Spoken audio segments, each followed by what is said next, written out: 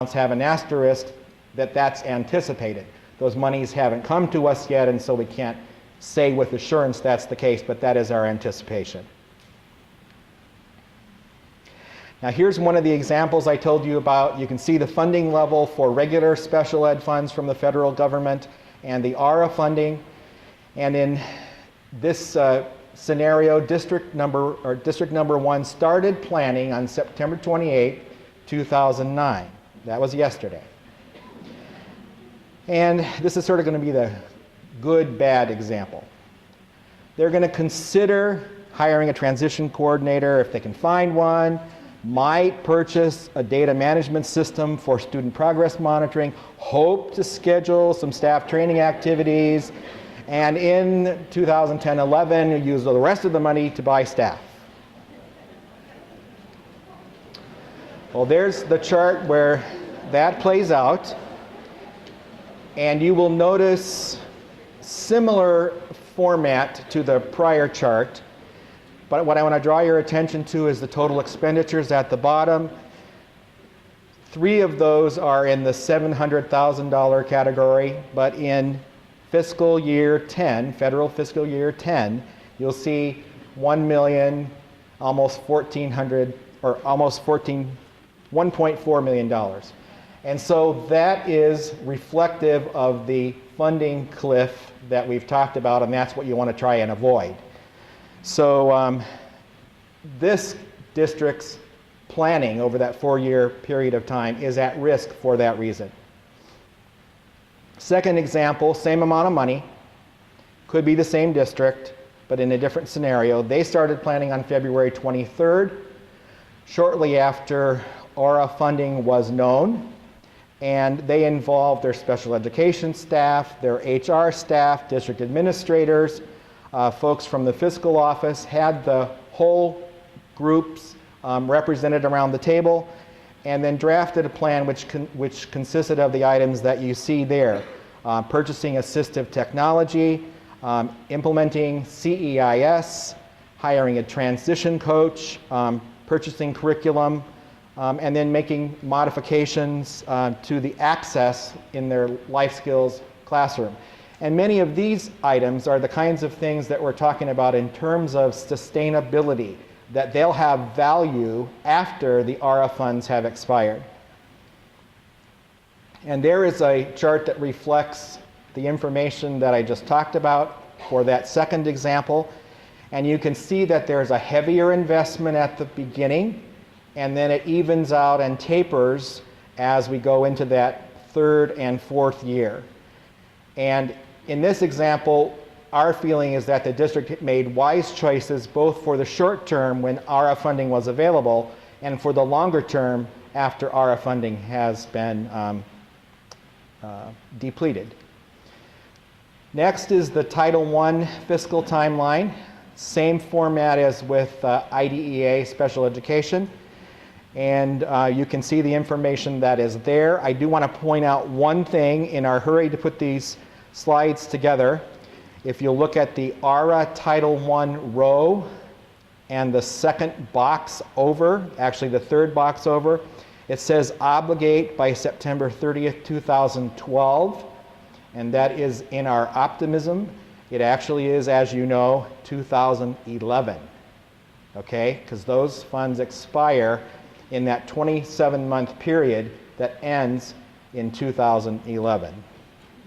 But that's the schematic for Title I. First example in Title I, following the pattern of IDEA. You can see the dollars that are there. In this particular example, hiring a math coach for all the Title I schools, and this is a fairly small school district, you can tell by the allocation. Scheduling professional development for the teachers, and notice that the needs are determined and aligned to the state standards, and then also the purchase of supplemental materials related to math. And there's how that will play out in a 4-year budget planning format. And you can see that the dollars are relatively stable and evenly invested in that expenditure period over those 4 years. And the strength of this is that the district has really planned ahead and looked at where those expenditures would be made based on the dollars available and tried to stretch them out over that period of time. I don't have a good, bad example in Title I. These are both fair approaches to the ARA challenge. Second example, same dollar amounts as we did with the IDEA example. And we have a draft plan for district number 2. Supporting the Title I teachers, and this is support not only in terms of professional development, but also salary and benefits. Targeting those funds to reading and math based on the state assessment results. Budgeting the ARA funds for middle school and hiring teachers to work in the area of math, and then professional development that encompasses that as well. There's the chart that shows how those dollars flow out, and again, they're relatively even amounts. Notice, however, that the dollars do go down a bit in the 4th year, and based on the investment in staff, the district may face some of the effects of a funding cliff because the staff dollars would not be there, possibly in the subsequent years. And so that's something to be aware of. And so, as I said in the beginning before I went through all these charts, we're talking about examples, not recipes or formulas. And one of the things that you will want to do is to monitor and adjust. Start with the plan for 4 years at least, and monitor and adjust as you go through that 4-year period of time.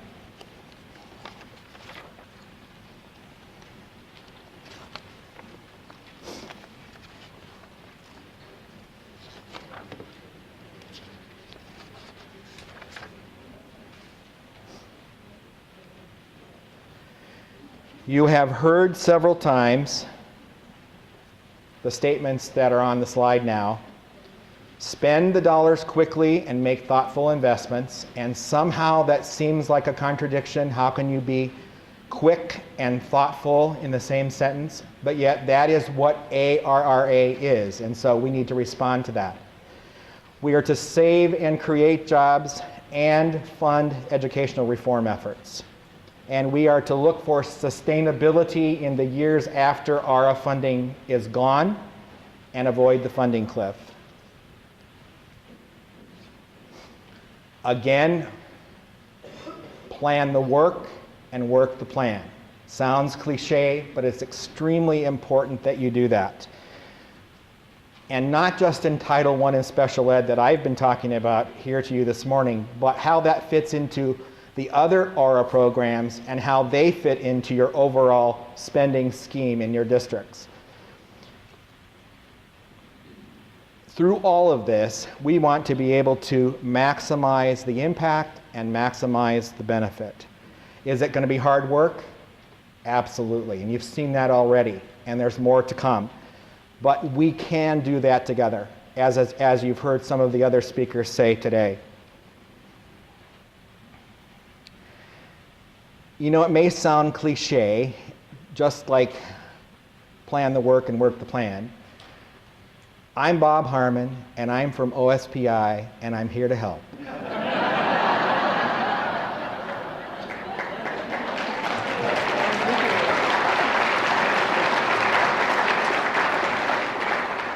See, Alan, you were right. They would like that.